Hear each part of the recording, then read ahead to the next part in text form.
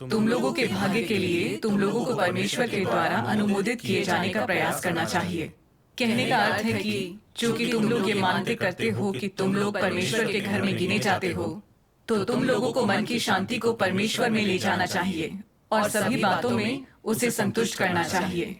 दूसरे शब्दों में तुम लोगों को अपने कार्यों में सैद्धांतिक और सत्य के अनुरूप अवश्य होना चाहिए। यदि यह तुम्हारी क्षमता के परे है तो तुम परमेश्वर के द्वारा घृणा और अस्वीकृत किए जाओगे और हर मनुष्य के द्वारा ठुकराए जाओगे। जब तुम एक बार ऐसी दुर्दशा में पड़ जाते हो तो तुम परमेश्वर के घर में से नहीं गिने जा सकते हो। परमेश्वर के द्वारा अनुमोदित नहीं किए जाने का यही अर्थ है। आमीन। परमेश्वर के वचनों से पता चलता है कि वो हमसे क्या उम्मीद करता है। अपने काम सिद्धांत और सत्य के अनुरूप करना, ताकि हम उसकी मंजूरी हासिल कर सकें और उसे संतुष्ट कर सकें। मैं ये पहले नहीं कर पाई थी क्योंकि ज़्यादातर मैं भावनाओं के अनुसार चलती थी, हमेशा अपनी ही भावनाओं से जीती और काम करती थी। हालांकि ऐसा कभी नहीं लगा कि मैं कुछ गलत कर रही हूँ। मेरी हरकतें सत्य के सिद्धांतों के खिलाफ जाती थीं और इससे कलीसिया के काम में दिक्कत होती थी। लेकिन जब परमेश्वर ने अपने वचनों से मेरा न्याय किया और मुझे ताड़ना दी, तो मैंने इस तरह काम करने की प्रकृति और उसके परिणामों को समझना शुरू किया। तब मैं चीज़ों के साथ सही पेश आने लगी, बजाय कि अपनी भावनाओं पर भरोसा करूं, और परमेश्वर के वचनों का अभ्यास किया। परमेश्वर का धन्यवाद। पिछले नवंबर में जब मेरी ड्यूटी कलीसिया की अगुवा के रूप में थी, तो एक मतदान हुआ था कि हर सभा स्थल के समूह अगुवा का कामकाज कैसा था। तो मैंने पाया कि समूह अगुवा बहन ली अपने काम में हमेशा लापरवाह हुआ करती थी, और अगर उसकी कोई भूल बताई जाती थी तो वो सच्चाई को मानने से इनकार कर देती थी। जब दूसरों को दिक्कतें होती थीं तो वो उनकी मदद नहीं करती थी, उन्हें नीचा दिखाकर उन्हें भाषण दिया करती थी।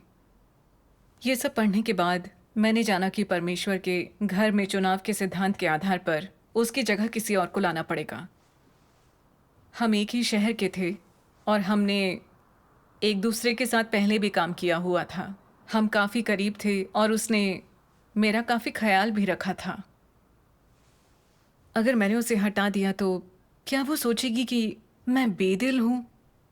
2 साल पहले उसे कलीसिया की अगुवा पद से हटाया गया था और वो मुश्किल से खुद को इस नकारात्मकता से निकाल पाई थी। अगर ये पद भी उसे छीन लिया जाता है तो क्या उसके लिए ये और भी बड़ा झटका नहीं होगा?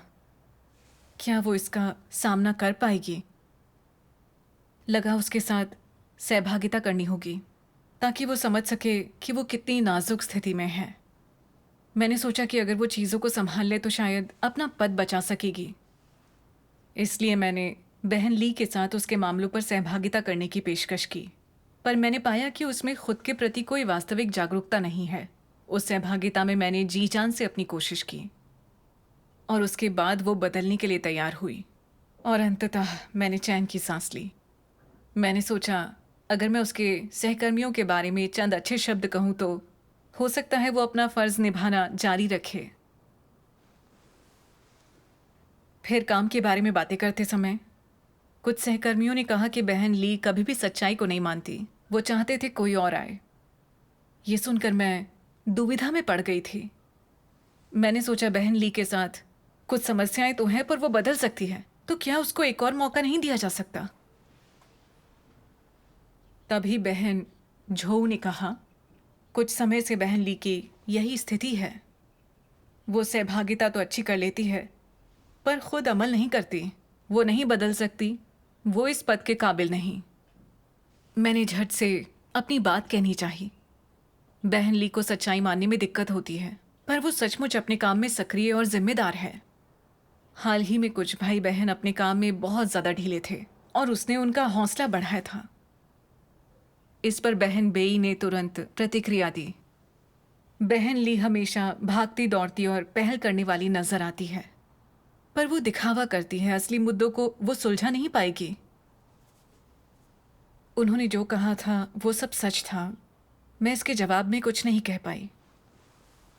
एक और कलीसियाई अगुवा बहन झांग ने तब कहा, यह सच है कि बहन ली किसी समूह के अगुवा बनने के योग्य नहीं है, लेकिन उनकी जगह लेने वाला कोई योग्य उम्मीदवार नहीं है। हम उन्हें उनकी जगह पर तब तक बनाए रखते हैं जब तक हमें उनका कोई विकल्प नहीं मिल जाता। मैं बिल्कुल यही चाहती थी, इसलिए मैंने झट से अपनी बात रखी। मैंने कहा मैं सहमत हूँ। हम उसके स्थान पर किसी और को तब लाएं जब हमें कोई मिल जाए। मुझे आश्चर्य हुआ जब 1 सप्ताह से भी कम समय में, जब हम कलीसिया के काम की बातें कर चुके थे, बहन झो ने इस मुद्दे को फिर छेड़ा। कहा कि भाई चेन एक सही विकल्प है और कुछ अन्य सहकर्मी भी सहमत हो गए। मेरी तो जैसे सांस ही अटक गई थी। अगर भाई चेन अगवा चुने गए तो बहन ली को निकाल दिया जाएगा। इसलिए मैंने भाई चेन की भ्रष्टताओं के बारे में कुछ बातें बताईं और कहा कि वो इस काम के बिल्कुल भी योग्य नहीं है। तब हर कोई हिचकिचाने लगा और मैंने कुछ असहज महसूस किया, पर फिर भी मैंने सत्य की तलाश नहीं की। मेरी अगुआ ने तब मुझसे समूह अगुवाओं के बारे में जानकारी मांगी। जब मैं बहन ली की बात पर आई तो मैंने उसके बारे में भाई बहनों के आकलन को सही सही नहीं बताया। उसके बाद मुझे कुछ अच्छा महसूस नहीं हुआ। मैं हैरान थी कि मैं बहन ली की पैरवी क्यों कर रही थी। आखिर मैं क्यों उसकी इतनी चिंता कर रही थी? क्या मैं उसकी तरफदारी नहीं कर रही थी? कौन सा इरादा मुझे नियंत्रित कर रहा था? तब मैंने परमेश्वर के ये वचन पढ़े। भावुकता मुख्यतः क्या है? ये भ्रष्ट स्वभाव है। अगर हम थोड़े से शब्दों में भावुकता के व्यवहारिक पहलू का वर्णन करें तो वे हैं कुछ खास तरह के लोगों के प्रति पक्षपात और उनका बचाव करने की ओर झुकाव, शरीर के संबंधों को कायम रखना और न्याय संगत ना होना। यही भावुकता है। इस तरह अपनी भावुकता को त्याग देने का मतलब महज किसी के बारे में सोचना बंद कर देना नहीं है। साधारणतः मुमकिन है कि तुम उनके बारे में पूरी तरह से सोचना बंद कर दो, लेकिन फिर जैसे ही कोई तुम्हारे परिवार के सदस्यों की, तुम्हारे गृहनगर की या ऐसे किसी भी व्यक्ति की आलोचना करता है जिसके साथ तुम्हारा रिश्ता है, तो तुम फट पड़ते हो, उनका बचाव करने लगते हो। उनके बारे में जो कुछ कहा गया होता है उससे पलट देने के लिए तुम खुद को बाध्य महसूस करते हो। उन्हें किसी ऐसे अन्याय की दशा में नहीं छोड़ सकते जिसे सुधारा नहीं गया। तुम्हें जरूरत महसूस होती है कि तुम उनकी प्रतिष्ठा को बरकरार रखने, उनकी गलती को सही ठहराने और उनकी कलई खोलने की छूट न देने के लिए प्रयास करो। इसी को भावुक होना कहते हैं। अगर लोगों में परमेश्वर के प्रति श्रद्धा का अभाव है तो वो चाहे कितने भी कर्तव्यों का पालन क्यों ना करें, वे कभी भी सिद्धांत के अनुरूप आचरण नहीं कर सकते। अपनी स्वार्थपूर्ण आकांक्षाओं के भीतर जीवन जी रहे लोग सत्य की वास्तविकता में प्रवेश करने में अक्षम होते हैं। इसीलिए जब कभी उनका सामना किसी समस्या से होता है तो वो अपने प्रयोजनों पर ध्यान नहीं देते और जान नहीं पाते कि उनकी गलती क्या है। इसके बजाय वे अपने पक्ष में झूठ और बहाने गढ़ने के लिए तमाम औचित्यों का इस्तेमाल करते हैं और अंत व्यक्तित्व संबंधों की रक्षा के लिए अच्छा उद्यम करते हैं, लेकिन उन्होंने परमेश्वर के साथ कोई संबंध नहीं बनाया होता। आमीन। ये दर्शाता है कि किस तरह समस्याओं का सामना करने पर हम सत्य के सिद्धांतों के अनुसार न्यायपूर्वक नहीं चल पाते। हम सही और गलत के बीच भेद नहीं कर पाते। हम उनका पक्ष लेते हैं जिनसे हम जुड़े हुए होते हैं। ये भावनाओं से चलना है और भ्रष्ट स्वभाव का एक प्रकार है। ये सच है। जब हम भावनाओं के अनुसार चलते हैं किसी समस्या से निपटते वक्त, तो हम सत्य का अभ्यास या अपने कर्तव्य को ठीक से किए बिना अपने निजी स्वार्थों के बारे में ही सोचते हैं। मैं इसी स्थिति में थी। मैं बहन ली को निकालना नहीं चाहती थी क्योंकि मैं भावनाओं से चल रही थी। मैं हमारे रिश्ते को बचा रही थी। मैं सोच रही थी कि वो मुझसे नाराज हो जाएंगी। इसलिए जब सहकर्मी सिद्धांतों पर अमल करते हुए उसे हटाना चाहते थे तो मैंने उसे बचाने के लिए हर कोशिश की ताकि वो अपने पद पर बनी रहे। जब मैंने अपने अगुआ को उसके बारे में अपना आकलन दिया तो मैंने उसे तरफदारी से ढकने की कोशिश की थी। मैंने उसकी कमियों पर पर्दा डाला था। जब उन बातों पर विचार करती हूँ तो लगता है जैसे मेरे इरादे भावनाओं से नियंत्रित थे। मैं चालाकी और धोखाधड़ी के एक भ्रष्ट स्वभाव में जी रही थी। एक रिश्ते को बचाने के लिए परमेश्वर के घर के हितों से समझौता कर रही थी। मैं परमेश्वर को नाराज करने के लिए राजी थी। मुझ में परमेश्वर के प्रति कोई श्रद्धा नहीं थी। मैं स्वार्थी हो गई थी। इससे मुझे अपराध बोध महसूस हुआ। इसलिए मैं अपनी अगुआ के पास सब कुछ सच सच बताने के लिए चली गई। फिर मैं प्रार्थना के लिए ईश्वर के पास गई। मैं भावनाओं के अनुसार क्यों चलती हूँ? सत्य का अभ्यास क्यों नहीं कर पाती? इस समस्या की जड़ क्या है? एक दिन अपनी भक्ति के दौरान मैंने परमेश्वर के ये वचन पढ़े। ऐसी गंदी जगह में जन्म लेकर मनुष्य समाज के द्वारा बुरी तरह संक्रमित किया गया है। वह सामंती नैतिकता से प्रभावित किया गया है और उसे उच्च शिक्षा के संस्थानों में सिखाया गया है।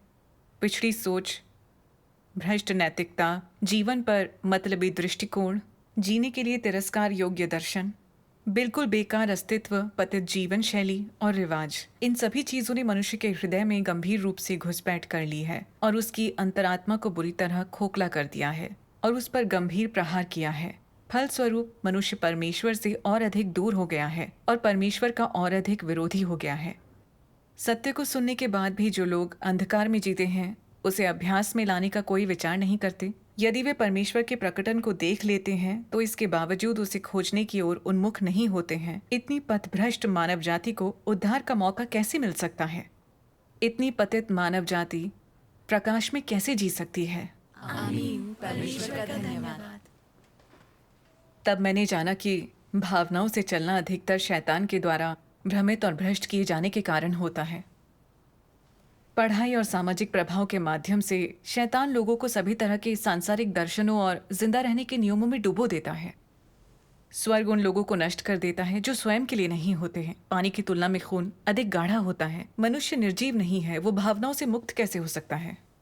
मैं इन्हीं दर्शनों से जीती रही हूँ। जो अपने करीब हों उन्हें बचाने को सकारात्मक मानती आई हूँ। सहानुभूति और दया दिखाने को प्रेम करना समझती आई हूँ। जहाँ तक बहन ली को हटाने का प्रश्न है, मैं यही सोचती आई हूँ कि हम एक ही स्थान से हैं और उसने हमेशा मेरा ख्याल रखा है। इसलिए जब उसे बर्खास्त करने की बात हुई तो मुझे लगा मुझे उसकी तरफदारी करनी चाहिए। लगा ऐसा करना ठीक रहेगा। मैं जानती थी वो समूह अगुवा के रूप में अपनी जिम्मेदारी नहीं निभा रही थी, बल्कि दूसरों को नियंत्रित करती थी।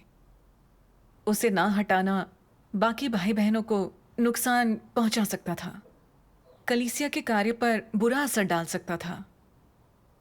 पर मैं सत्य के सिद्धांतों के खिलाफ गई और परमेश्वर के घर के हितों को नज़रअंदाज करके उसे बचाने की कोशिश की। अपने रिश्ते को बनाए रखने के लिए मैंने अपने कर्तव्य का दुरुपयोग किया और उसकी मेहरबानी की कीमत मैंने कलीसिया के काम से चुकाई। निजी लाभ के लिए मैं ड्यूटी का दुरुपयोग किए जा रही थी। कोई मेरे जैसा कलीसिया के काम के योग्य कैसे हो सकता है? एक अगवा होने के नाते मुझे कलीसिया के काम और भाई बहनों के जीवन के बारे में सोचना चाहिए था और सत्य के सिद्धांतों पर चलना चाहिए था। लेकिन मैं भावनाओं को सर्वोपरि रख रही थी। सत्य को समझती थी पर अमल नहीं करती थी। क्या ये सत्य और सिद्धांत को धोखा देना और कलीसिया के काम को लापरवाही से करना नहीं था? मैं जिस थाली में खा रही थी उसी में छेद कर रही थी। तब मैंने समझा कि सांसारिक फलसफे वो भुलावे हैं जिनका उपयोग शैतान लोगों को भ्रष्ट करने के लिए करता है। उस तरह बोलना और काम करना इंसाफ और न्याय से बिल्कुल ही रहित है। इसमें सत्य के सिद्धांत नहीं हैं। कम्युनिस्ट पार्टी के अधिकारियों का भी बिल्कुल यही जीवन दर्शन है। जब कोई व्यक्ति ताव को प्राप्त करता है तो उसके पालतू जानवर भी स्वर्ग में आरोहण करते हैं। जब कोई एक अधिकारी बन जाता है तो उसके करीबी और दूर के रिश्तेदारों को भी लाभ होता है। वे लोग बेहिचक कुछ भी कर सकते हैं। सीसीपी से नियंत्रित समाज बहुत अंधकारमय और बुरा है, इंसाफ और न्याय से रहित है। बतौर एक कलीसिया की अगवा सिद्धांतों पर चलने के बजाय उन शैतानी दर्शनों के सहारे जीकर मैं एक सीसीपी अधिकारी से किस तरह अलग थी? हाँ, बात बिल्कुल यही है। बहन ली को ना हटाना किसी सच्चे प्रेम या उसकी मदद करने के कारण नहीं था। मुझे इस बात का डर था कि कहीं वो नाराज ना हो जाए, कहीं मुझे देखने का उसका नजरिया ना बदल जाए। मैंने उसके जीवन के बारे में कोई ख्याल नहीं किया था। परमेश्वर के घर में किसी को हटाना आत्मचिंतन को बढ़ावा देने के लिए किया जाता है, ताकि वो पश्चाताप करके बदल सकें। परमेश्वर द्वारा लोगों को सुरक्षित रखने का यही एक तरीका होता है। मैं भी अपनी ड्यूटी से बर्खास्त हुई हूँ और जब मैंने अपनी नाकामयाबी से सीख ले ली तो कलीसिया ने मेरे लिए दूसरा काम नियोजित कर दिया। ये केवल ठोकर खाने और गिरने का नतीजा ही था जिसने मुझसे आत्मचिंतन कराया और आत्मबोध होने दिया। मनुष्य को बचाने की परमेश्वर की इच्छा को सही से समझा। मैंने देखा कि उसके प्रेम में दया और धार्मिकता दोनों ही हैं। परमेश्वर के प्रेम के कुछ सिद्धांत हैं। वो हमें लाड में बिगाड़ता नहीं है, बल्कि मेरा प्यार शैतानी सांसारिक फलसफों से और निजी स्वार्थों से भरा था। ये संकीर्ण और स्वार्थपूर्ण था, परमेश्वर की नज़रों में घिनौना था। ये सच है। इस तरह मैंने जाना कि भावनाओं पर निर्भर रहना सबके लिए हानिकारक है, और यही बात मेरे लिए सत्य का अभ्यास करने में सबसे बड़ी अड़चन थी। परमेश्वर के वचनों के न्याय और ताड़ना को स्वीकार किए बिना मैंने परमेश्वर के स्वभाव का अपमान कर दिया होता। मैं नकार दी गई होती। मैंने बाद में परमेश्वर के वचनों का एक और अंश पढ़ा। यदि तुम परमेश्वर के साथ उचित संबंध बनाना चाहते हो तो तुम्हारा हृदय उसकी तरफ मुड़ना चाहिए। इस बुनियाद पर तुम दूसरे लोगों के साथ भी उचित संबंध रखोगे।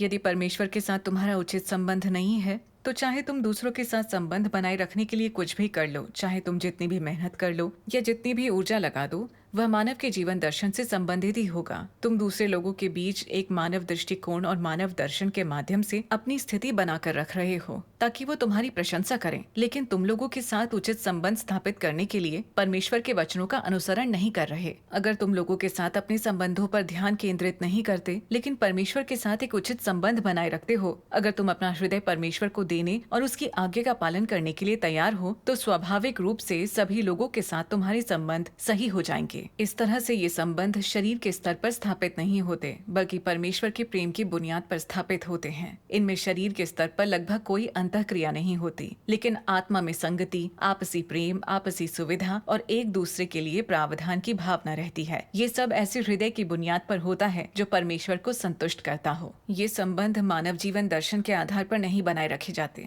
बल्कि परमेश्वर के लिए दायित्व वहन करने के माध्यम से बहुत ही स्वाभाविक रूप से बनते हैं। इसके लिए मानव निर्मित प्रयास की आवश्यकता नहीं होती। तुम्हें बस परमेश्वर के वचन के सिद्धांतों के अनुसार अभ्यास करने की आवश्यकता है। आमीन।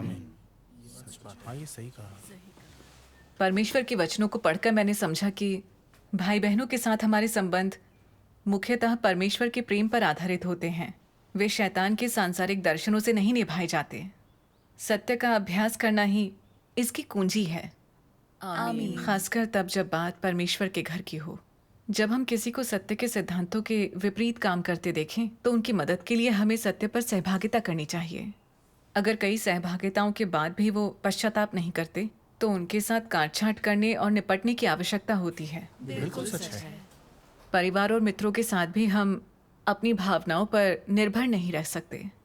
हमें परमेश्वर के वचनों के हिसाब से काम करना चाहिए। जरूरत पड़े तो सहभागिता करो, अगर काम ना बनी तो उसे हटा दो।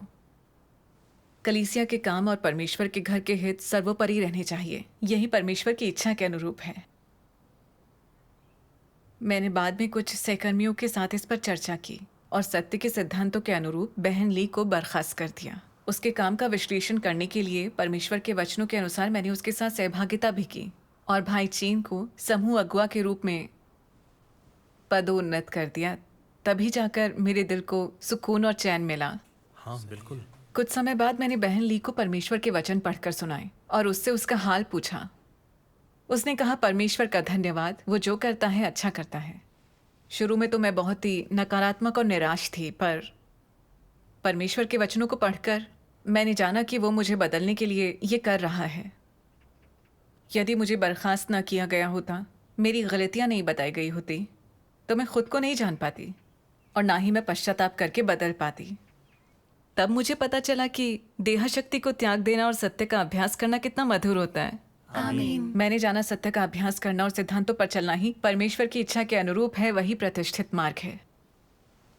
ये परिवर्तन सिर्फ परमेश्वर के न्याय और उसकी ताड़ना से ही संभव हो पाया था। परमेश्वर का धन्यवाद। आमीन। परमेश्वर का धन्यवाद।